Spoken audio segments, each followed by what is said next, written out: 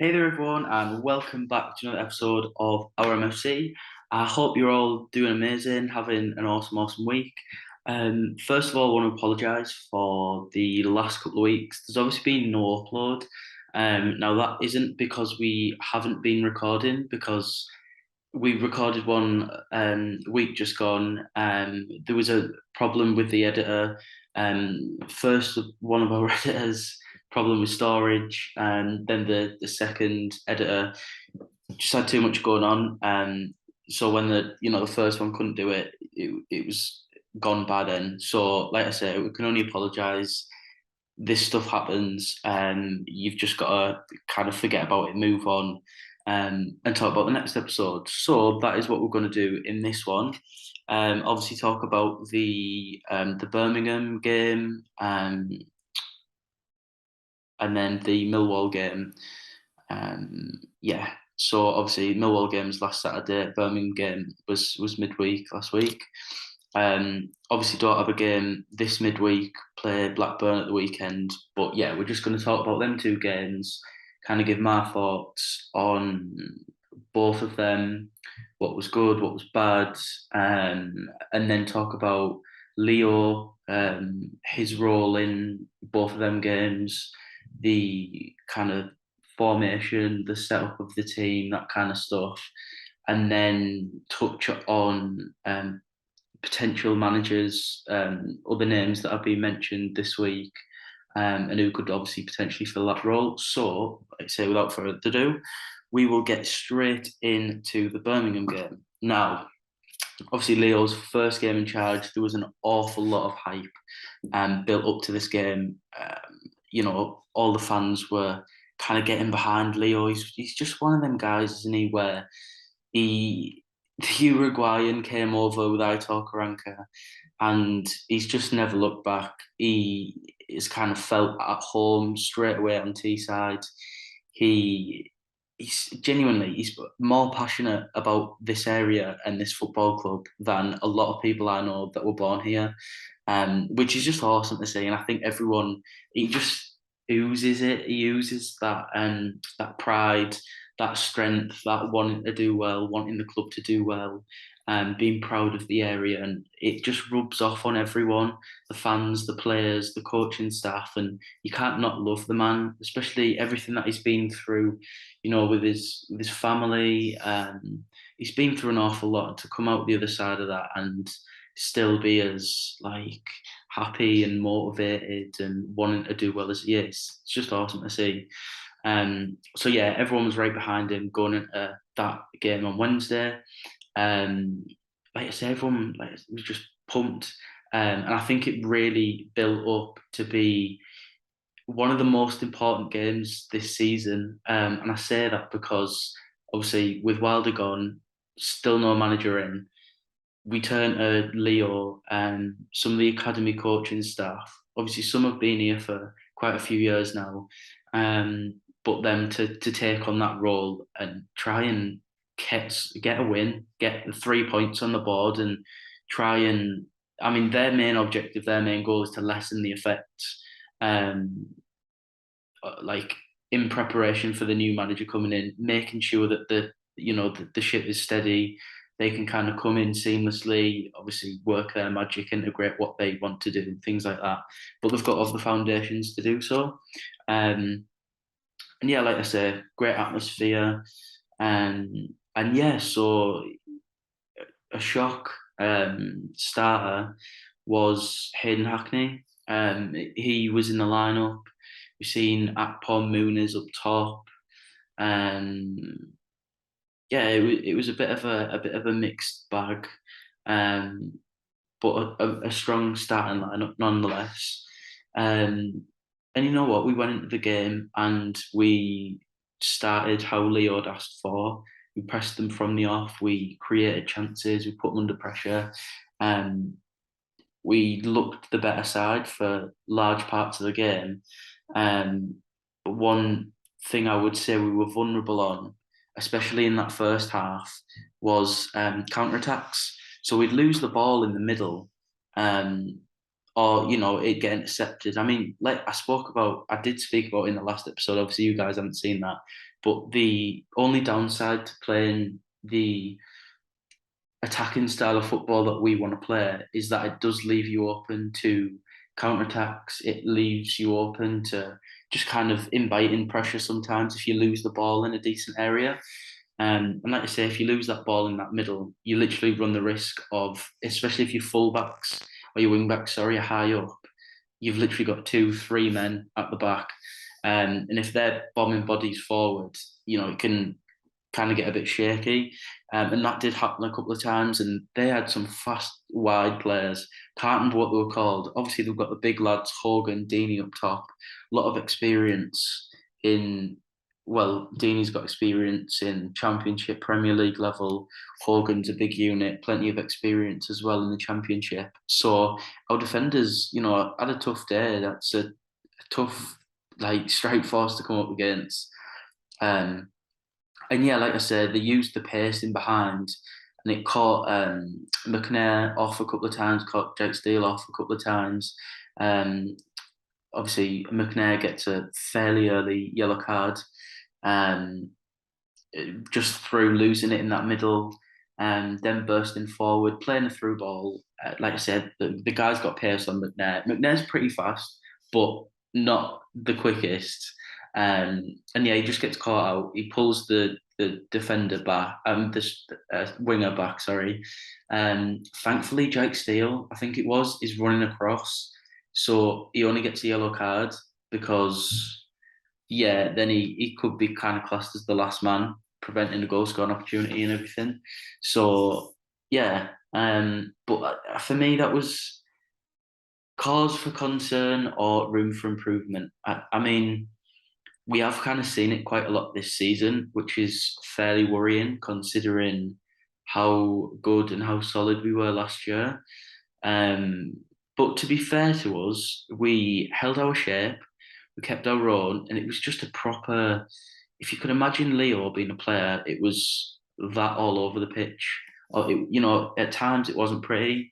At times you had to dig deep. We had to defend. We had to be solid. But we did it, and we got it over the line. And there's a bit of me that thinks Birmingham, to be fair, with the chances that they had, probably could have took them better. Could have scored some of them opportunities. But yeah, like I said, like, we can only look and improve on being a bit tighter, a bit more resolute, not losing it in silly positions. I think that's down to individuals. I think there's been a lot of individual mistakes this season, um, more so than obviously last season. So that is definitely something to address. Um, but yeah, like I say, we dug deep. It was a Leo performance, and we took our chance when we got it. And there was a couple, not as many as Birmingham, I do have to say. When I was just saying there, Birmingham probably had the better of the chances. A couple of flick downs, they were pretty much straight at the keeper, straight at Stefan. So yeah, it's one of them things. Obviously, if you're a Birmingham fan, they probably feel like they should get something out of the game. And to be fair, they probably should have got something out of the game with the chances that they had. Um, but yeah, like I said, we had a couple of chances. Ball gets put into the box. It was literally from a corner as well. I cannot believe I'm saying that. We actually scored from a corner. Ball gets put in, gets flicked down, and Akpom manages to get in front of his man, and he just pokes it home, which is great as well. Akpom, it's only his second game back from injury, so for him to get back on the score sheet, hopefully build that confidence. Because yeah, he's going to be a very, very important player up top with Muniz going forward. So yeah, that'll be really, really good to see. And yeah, like I say, 1-0 up, going to half time. And yeah, we come out the second half. Not as many chances for Birmingham. We gave away the odd cheap free kick in and around the box. I know Hackney gave away a couple, but he's young, he's still learning, and things like that will just get worked on. Is can you just stay a bit tighter? Do you have to dangle your leg out? That type of stuff. Um, but to be fair, he got 65 minutes. He was the first player that was brought off. But honestly, he definitely gets my praises this week. He looked really comfortable in the middle, didn't look out of place. Kind of embraced coming into the starting 11 out of nowhere, and just showed people what he could do. He was a lot more forward thinking. He gave us a bit more energy in the middle. Don't get me wrong, I think McGree is an excellent player. Same with Mort, but they don't. It doesn't feel like they give us that as direct as Hackney showed in that Birmingham game. It was McGree, I think, that came on for Hackney. Um, but yeah, he was, like I say, he was very direct. He was comfortable on the ball. Everything you'd want in a midfield performance. So yeah, hats off to him. He's done really, really well. Um, and yeah, a little bit out of the blue as well. So I think that was quite nice. But the way that Leo spoke about him after the game just sums up. Like he just gets it. He was saying how he's a Borough-born lad, and we want to take pride in our players and our development and things like that. It was just really, really good to hear. So yeah, hats off to Hackney, hats off to Leo for making that decision as well. But yeah, like I said, the rest of the game caught us on the break a couple of times with, like I say, their pacey wingers. So a couple of times, Jones was a little bit out of position, which allowed them to come inside. But apart from that, really, really solid, held out. And we did have another chance towards the end of the game. Um, Ball gets put in. Moon, I think, yeah, I'm sure it's Moonies, heads it back, like back across goal, and it just clips the bar. Really, really unlucky because it's dipping quite heavily, and yeah, it comes off the bar, rebounds out around the 6 yard box, and Force is there, and he taps it in, but the offside flag's up. And that would have been so nice for Force to give us like get another goal for the club, give give him a bit of a confidence booster. But you know what? It's nice to see him come on. It's the subs that we made were people that haven't been involved as much. The likes of Force. Like I say, it was really, really good to see. Hoppy was on the bench as well. Obviously, I'll talk about him in the Millwall game as well. But yeah, really, really good to see. And it's nice to see the players that were brought in being used, because I felt like, we brought in these summer signings and we were told that, yeah, they're development players and things like that. But Force has got experience in the Championship. He's got experience in the Premier League as well. I understand maybe not being too hasty with Hoppy. However, I always say Hop, but Hoppy, however you say his name. Um, but yeah, Force has got more than enough experience in the bag. So it was good to see him come on, get some minutes, and it's good to kind of see these players getting integrated and getting used, because I think the only way that they gain experience and learn how the team plays is to actually play with them in a game scenario. So yeah, like I said, it's good to see. And ref blows his whistle. We get that most important 3 points on the board and a win.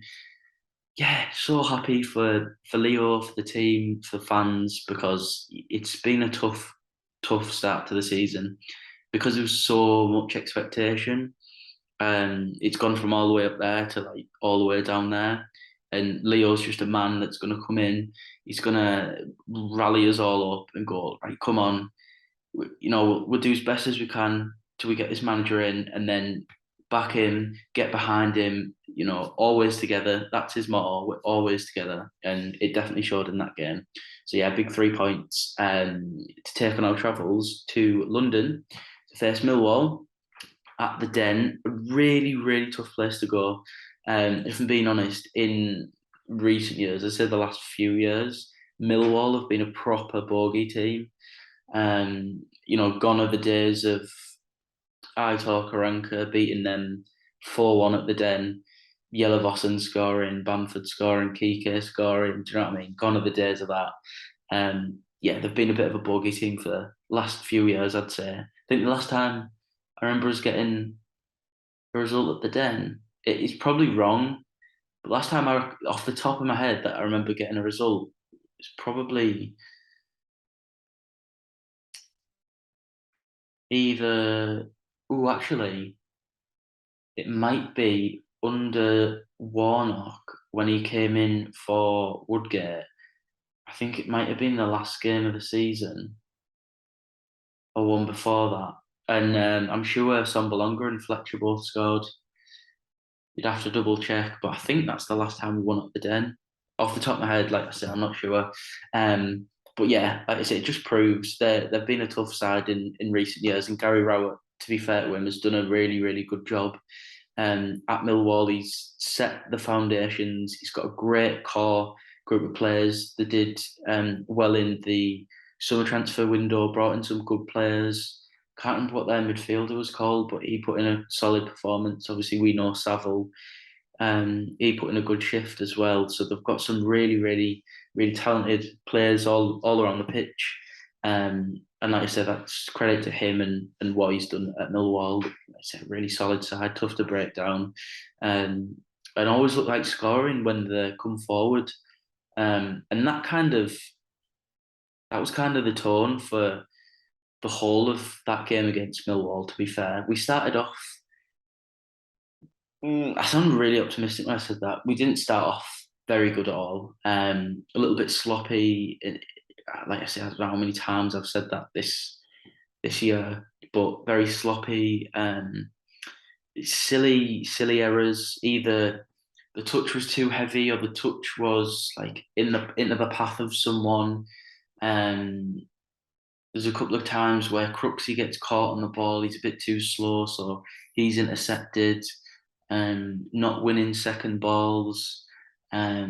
Just little things like that that, when put together, amount to a chance to Millwall, the chance to counter attack, the chance to create something because we're out of position. We've lost the ball in good areas for them. And like I say, that kind of set the tone. But their first goal, oh, it's just one of them. Every time you watch it, like it just gets worse every single time. So it's a free kick. For those that haven't seen the highlights or didn't watch the match, I want to say the wall is on the edge, just in front of the left-hand side of the box, the 18-yard box, about 5 yards outside of there. Then obviously you've got 10 yards. There's the ball. Literally, I don't even know what their intentions were. I don't know if it was to shoot or to genuinely just like put a ball in. Anyway, it's clipped the wall, but it's took that much of a deflection, and there was a decent amount of power on it. I say there was a decent amount of power on it. I think there was initially, which is why Stefan moves like an awful lot to one side. And in turn, what that means is like the wall takes the momentum off the ball, but the spin carries the ball just onto the other side of the goal. And Stefan, he just can't get back across. He's committed quite far to the other side, and yeah, there's just no way that he can get across in that time. So really, really unlucky.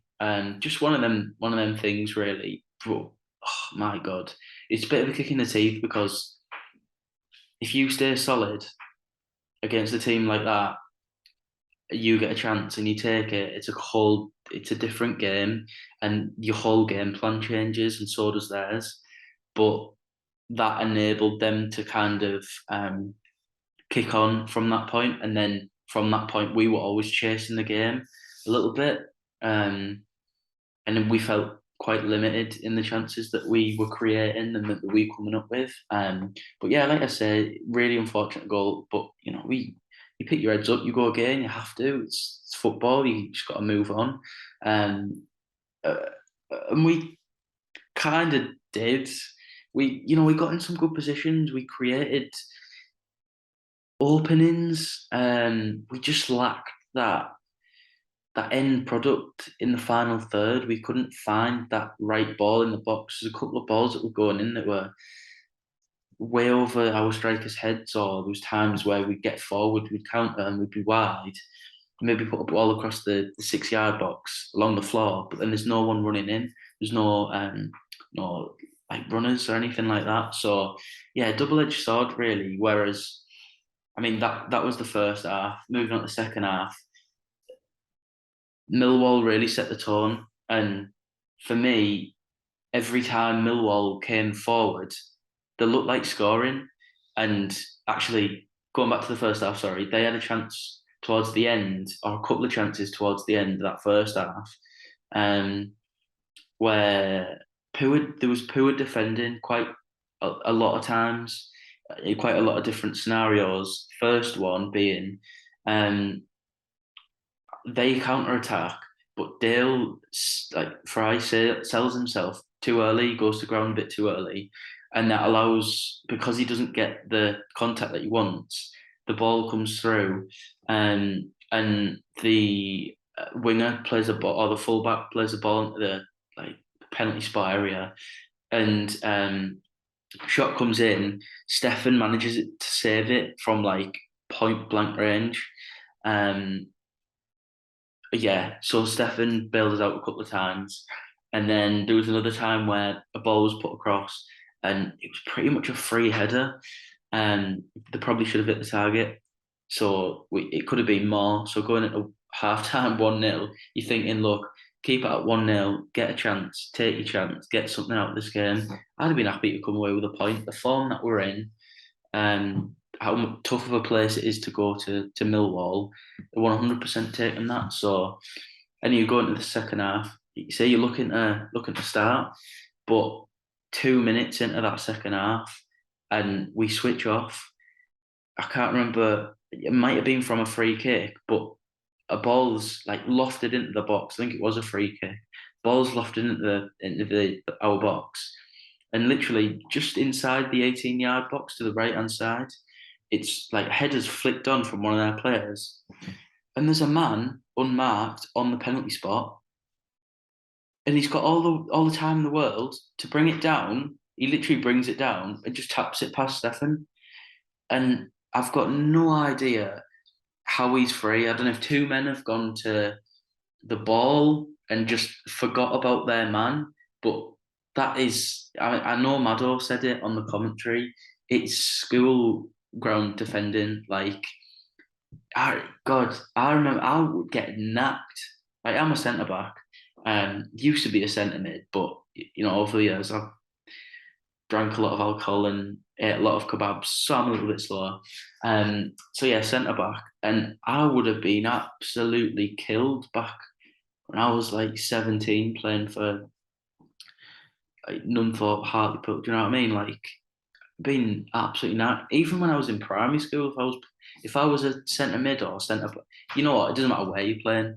If you're defending a set piece and if you lose your man or you forget about your man and you leave him free and he's got all the time in the world and the space to bring it down, that is on you. And you can do as much video work as you want, but you have to stay switched on. And they didn't, they switched off, and then you're 2 minutes in the second half. The first goal's about 5 minutes in the first half. So you're trailing for the rest of that half. And then second half, you obviously want to get back into the game as soon as possible and try and build on that momentum, and you just kill it straight away by not switching on.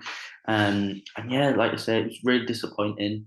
And we couldn't find any real chances. We didn't. I don't recall really testing their keeper. He didn't have much to do, which for me was the most frustrating. I would have loved to have seen us involve Muniz more, Akpom more. I felt like they were quite, even though they're playing as a two up top, they were quite isolated. I would have loved to have seen like playing them combinations in and around the box.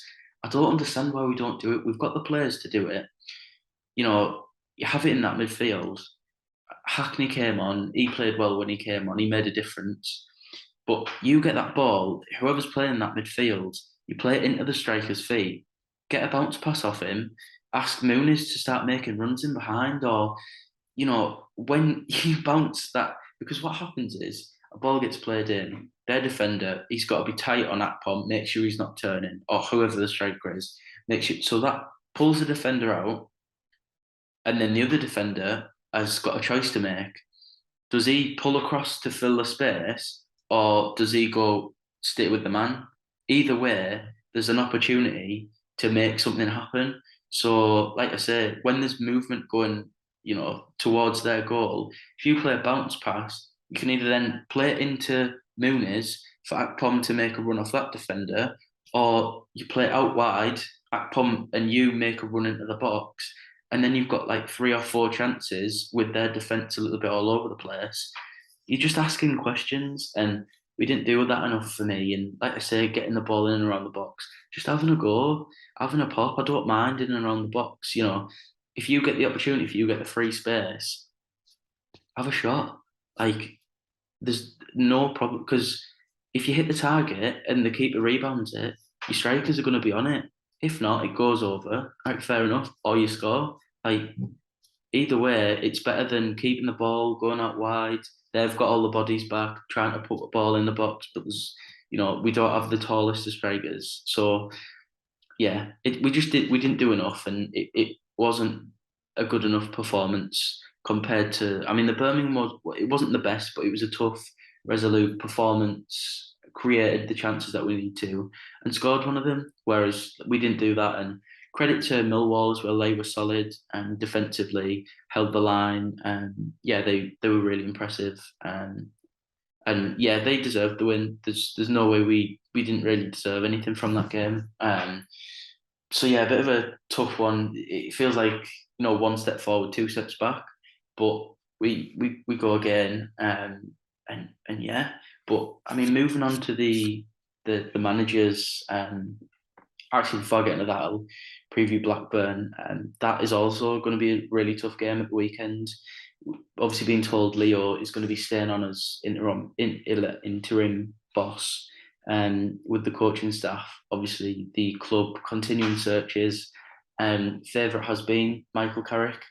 Now I know that I did mention in the last episode. Obviously, you guys didn't see that, but I agreed with Johnny Bullock from Boro Breakdown, and that I'd love to see either Michael Carrick, Rob Edwards come in as manager. I'm really liking the sound of the Michael Carrick appointment. I think the connections that he'll have it will be unbelievable. The loan players we could potentially bring in January.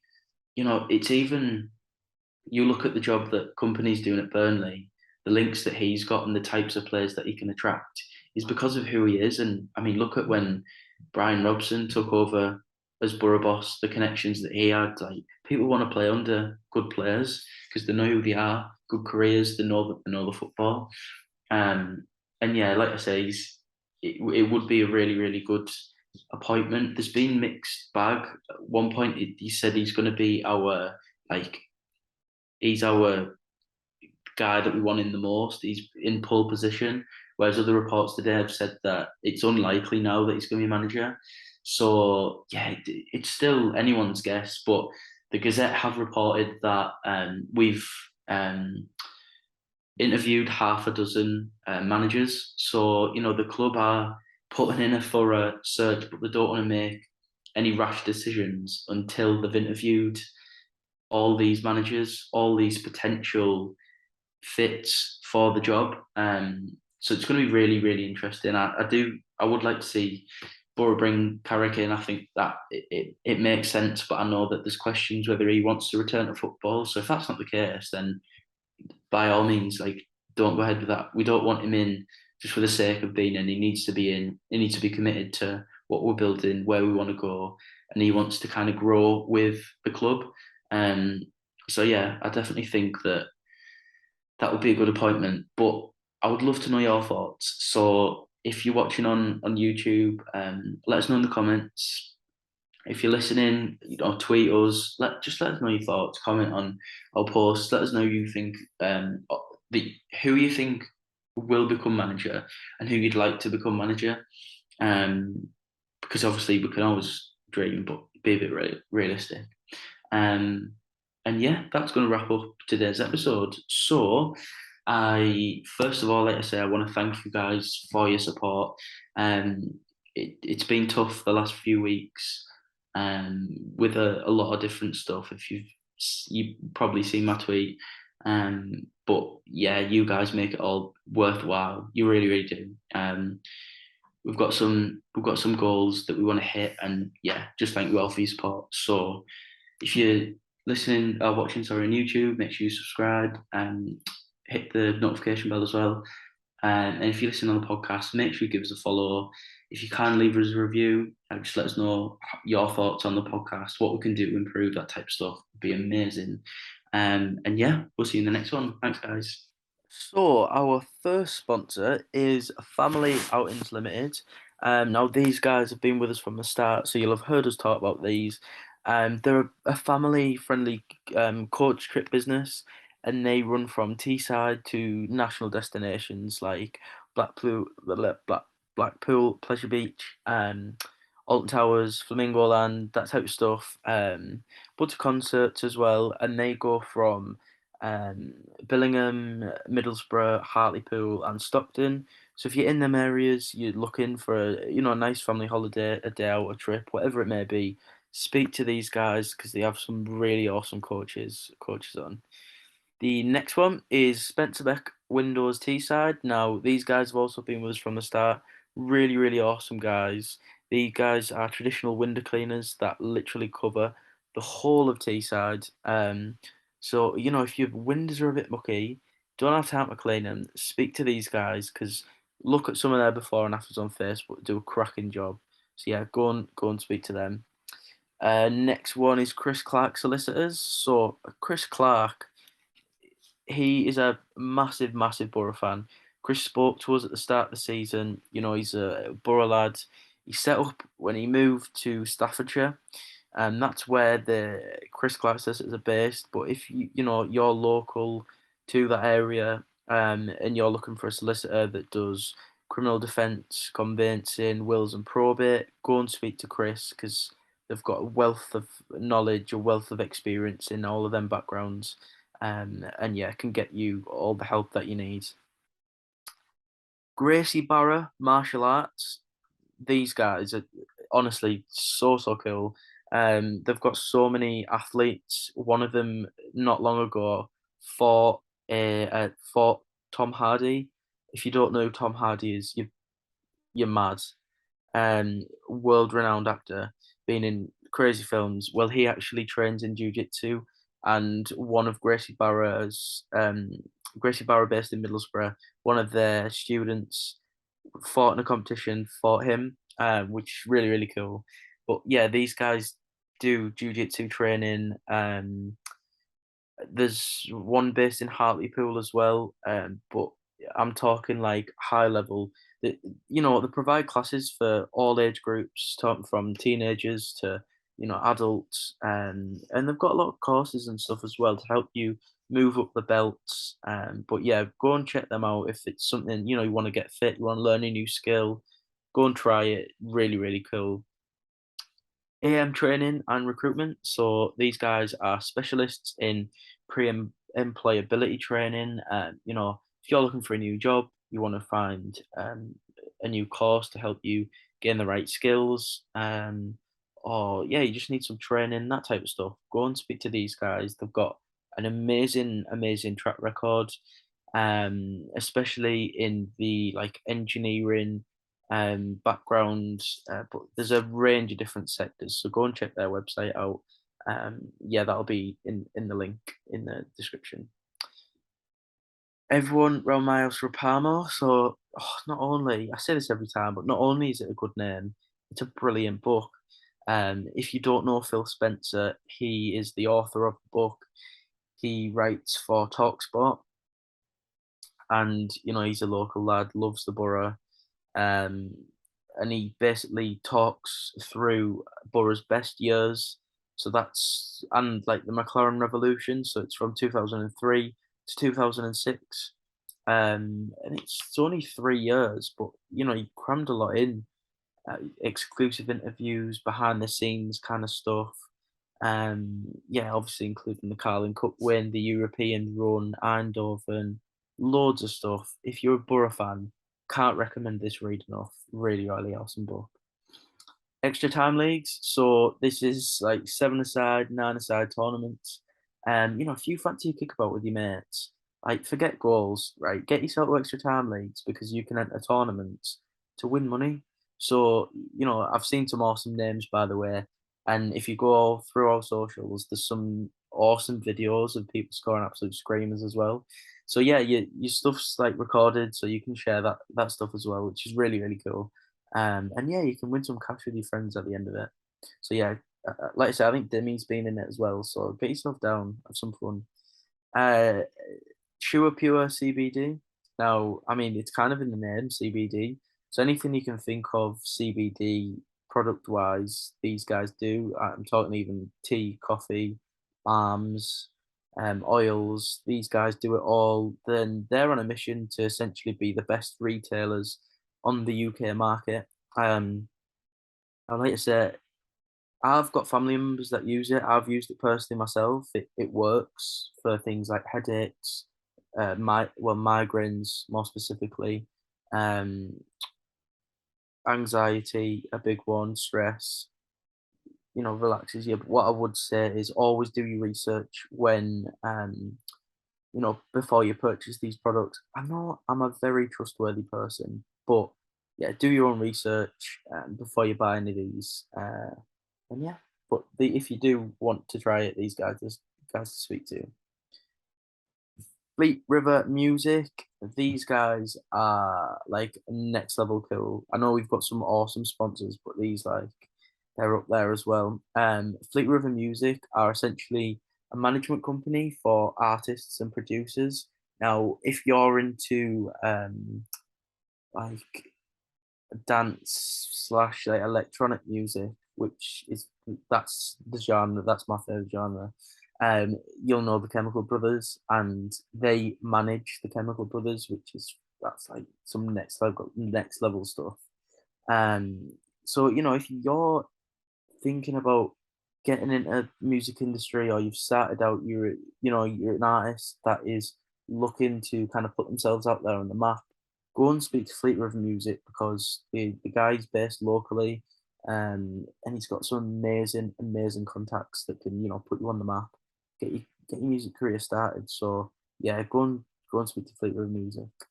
And I just want to say a massive thank you to all of the sponsors because it makes doing stuff like this worthwhile. The support that everyone has shown us has been incredible. So, yeah, thank you, everyone. Really appreciate it.